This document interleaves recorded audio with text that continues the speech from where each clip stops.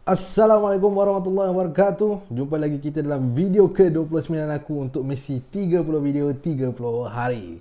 Terima kasih banyak-banyak kepada korang semua yang masih lagi sudi nak menonton video aku. Bermula daripada hari pertama sampailah hari ke-29 ni.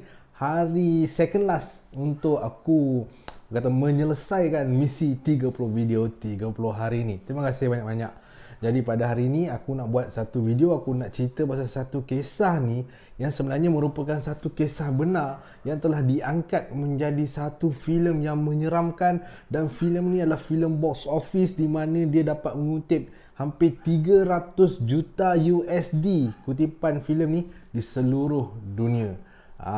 Ni kisah benar pasal filem ni. Okey, filem apa tu? Filem tu ialah filem The Conjuring, dan inilah kisah benar di sebalik filem The Conjuring.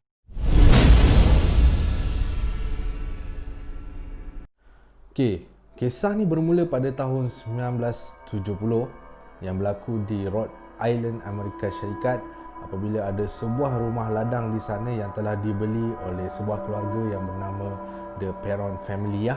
Okey, rumah ladang ni adalah sebuah rumah yang sangat luas. Di dalamnya ada 10 bilik. So kau bayangkan kalau ada 10 bilik ni memang luas gila . Dan masa keluarga Perron ni beli rumah tersebut, tuan rumah ni tak pernah cakap apa-apa pun pasal rumah tu berhantu ke ataupun tidak. Tak ada langsung. Dia memang bagi macam tu. Cuma bekas tuan rumah tu dia bagi tahu dekat Perron family ni, keluarga Perron, dia kata waktu malam bila nak tidur pastikan lampu terbuka untuk menjamin keselamatan keluarga. So masa tu Perron family pun dengar macam apa hal pula dia nasihat macam ni kan. Dia macam pelik, tapi dia orang masa tu tak dapat tangkap apa-apa lah. Alright. But once dia orang bila dah sampai kat rumah tu, dia orang masuk je rumah tu, terus bulu roma dia orang meremang, merinding, menegak. Masa tu dia orang dah rasa macam something wrong dengan rumah ni. Tapi sebab dah beli kan, so dia orang pun macam sedapkan hati sendiri lah. Tapi masa awal-awal masuk rumah ni, family ni dia ada 7 beranak . Ada mak yang bernama Caroline, ayah yang bernama Roger, anak sulung bernama Andrea, anak kedua bernama Nancy, anak ketiga bernama Christine, anak keempat bernama Cindy, dan anak terakhir atau musuh bernama April. Anak-anak keluarga Perron ni dia dah nampak benda yang tak sepatutnya dia nampak, di mana dia orang nampak bayangan orang tua sedang berdiri memerhatikan mereka, tapi tiba-tiba hilang macam tu saja.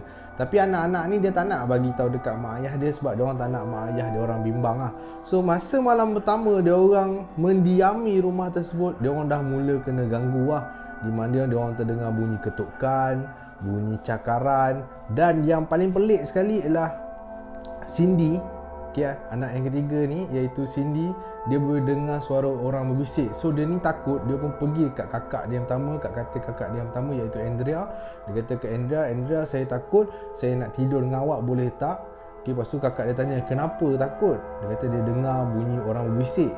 Orang tu berbisik pasal apa? Dia kata dalam rumah ni, di dalam dinding ada 7 mayat askar. So selepas tu hari demi hari pun berlalu, dan sebenarnya anak-anak dalam keluarga Perron ni pun memang dia dah nampak setiap hari akan ada bayangan orang tua duduk dan memerhatikan mereka bermain. Selain tu diorang juga boleh nampak ada benda-benda yang bergerak dengan sendirinya, dan mereka cuba bagi tahu kepada Roger, mak ayah diorang, Roger dan juga Caroline, apa yang diorang nampak. Tapi masa tu Caroline dengan Roger memang tak percaya apa yang dikatakan oleh anak-anak diorang. Sampailah satu masa dan ketika Roger dan Caroline sendiri berdepan dengan benda-benda yang menyeramkan tu, di mana pada satu masa dan pada satu ketika kadang-kadang diorang boleh dengar bunyi ketukan, bunyi cakaran yang misteri. Tapi kadang-kadang bila diorang macam tengah lepak-lepak, gambar tu terjatuh dengan sendiri. Lepas tu diorang boleh nampak katil diorang terapung-apung. Dan yang paling macam orang kata macam boleh buat terkejut ataupun scary, perabot. Kau bayangkan perabot boleh bergerak merentasi antara satu ruang dalam rumah tu dengan ke ruang yang lain. Contohnya macam daripada ruang tamu tiba-tiba perabot tu bergerak ke bahagian dapur. Lama. Kalau kita ada kat situ pun mesti macam kita berdebar-debar gila. Apa pula jadi macam ni kan. Inilah benda yang dihadapi oleh Perron family ni masa dia orang duduk dekat rumah ladang dekat Rhode Island tu. So disebabkan hal ni, Roger dengan Carolyn pun dia orang dah memang rasa macam rumah ni ada something wrong, memang teruk gila rumah ni, kita kena siasat apa sebenarnya yang telah berlaku kat rumah ni. So dia orang ni pun siasat apa sebenarnya yang dah berlaku kat rumah ni.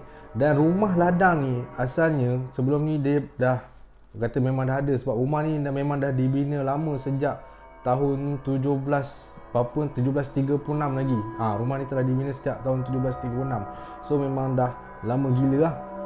Dan bila diorang kaji, diorang dapati rupanya orang-orang yang pernah mendiami rumah ni, kebanyakan daripada mereka telah membunuh diri sendiri.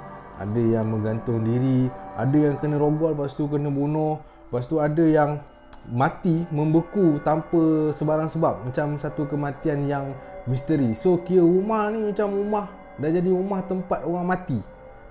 Tapi yang paling menarik, bila diorang korek rahsia silam rumah ni, diorang jumpa satu benda yang cukup menarik, satu kes yang cukup menarik, di mana rumah ni pernah didiami oleh seseorang yang dikatakan merupakan orang sihir merupakan ahli sihir, dan nama dia ialah Bathsheba Sherman. Bathsheba Sherman ni dituduh sebagai ahli sihir sebab pada ketika tu, dia telah ditangkap kerana dia ada budak ataupun ada anak orang di bawah jagaan dia telah mati. Dan semasa postmortem dibuat terhadap budak tersebut, diorang temui jarum dalam kepala budak tu. So masa tu orang dah syak, dia ni adalah ahli sihir, sebab jarum yang dia letak dalam kepala budak tu sebenarnya adalah tanda sebagai pengorbanan yang dilakukan oleh Bathsheba untuk, orang kata macam dia menyembah syaitan. So dia macam korbankan budak tu untuk diberikan pengorbanan tu kepada syaitan. Bathsheba ditangkap dan didakwa, tapi akhirnya dilepaskan sebab tak cukup bukti. Namun begitu, walaupun dia bebas daripada dakwaan tersebut, orang-orang situ, masyarakat dekat situ, dia orang tak boleh terima yang Bathsheba ni terlepas, bebas, dan dia orang masih lagi menganggap Bathsheba ni adalah ahli sihir yang jahat. So Bathsheba ni pun dia hidup menyendiri, berasingan daripada masyarakat, dan kemudian tidak lama kemudian dia akhirnya bunuh diri dengan menggantungkan dirinya di belakang rumah. Ada sebuah pokok kat belakang rumah tu, dia gantung diri dia. Sejak daripada tu, roh Bathsheba ni dia tak tenteram dan dia bergentayangan di dalam rumah tersebut. Dikatakan bahawa roh Bathsheba ni dia tak suka siapa-siapa saja yang masuk dan mendiami rumah tersebut. Dan disebabkan hal itulah, roh Bathsheba ni telah mengganggu keluarga Perron ni. So tujuan dia mengganggu tu adalah untuk dia menghalau keluar keluarga Perron tersebut. Antara orang yang paling disukai oleh roh Bathsheba ni untuk ganggu ialah Carolyn sendiri. Di mana Carolyn ni pada awalnya dia akan cubit-cubit je Carolyn, dia akan tepuk-tepuk je. Tapi lama-kelamaan gangguan tu menjadi semakin, orang kata, teruk sampai tahap dia mencederakan Carolyn. Di mana pada satu masa ketika Carolyn tengah duduk lepak-lepak, tiba-tiba dia rasa kaki dia kena cucuk dengan jarum, dan bila dia tengok kaki dia berdarah. So disebabkan tak tahan dengan gangguan tersebut, the Perron family ni pun kontak penyiasat paranormal iaitu Ed dan Lorraine Warren. Ni pasangan suami isteri yang pernah aku cerita dalam video aku semalam. So kalau korang nak tahu cerita penuh pasal Ed dan Lorraine Warren ni, korang boleh klik link dalam ruangan description yang aku letak. So Ed dan Lorraine Warren pun dipanggil untuk membantu keluarga Perron ni daripada masalah roh Bathsheba ni. So masa Ed dan Lorraine Warren ni datang, memang dia orang dapat rasakan ada roh Bathsheba tersebut, dan dia orang cuba nak communicate dengan Bathsheba ni dengan melalui badan Carolyn. Tapi masa dia orang buat ritual tu, benda lain yang jadi, di mana roh Bathsheba ni tak memberi kerja yang sama yang baik, malah dia orang rasa roh Bathsheba ni rasa geram, marah terhadap Ed dan Lorraine Warren. Akhirnya semasa komunikasi itu berlaku, roh Bathsheba yang ada dalam badan Carolyn ni, dia mencampakkan diri dia sendiri, melayang dan menghempas ke dinding dan menyebabkan Carolyn cedera agak teruk. So masa tu Roger yang nampak kejadian tu pun, Roger tu macam tak tahan tengok isteri dia terseksa macam tu. So dia terpaksa meminta Ed dan Lorraine Warren agar keluar daripada rumah tu dan tak membuatkan roh Bathsheba mengamuk lagi. So benda ni terpaksa dihadapi oleh keluarga Perron selama hampir 10 tahun juga sebab dia orang bukan tak nak pindah, tapi dia orang ni ada masalah kewangan yang teruk masa tu.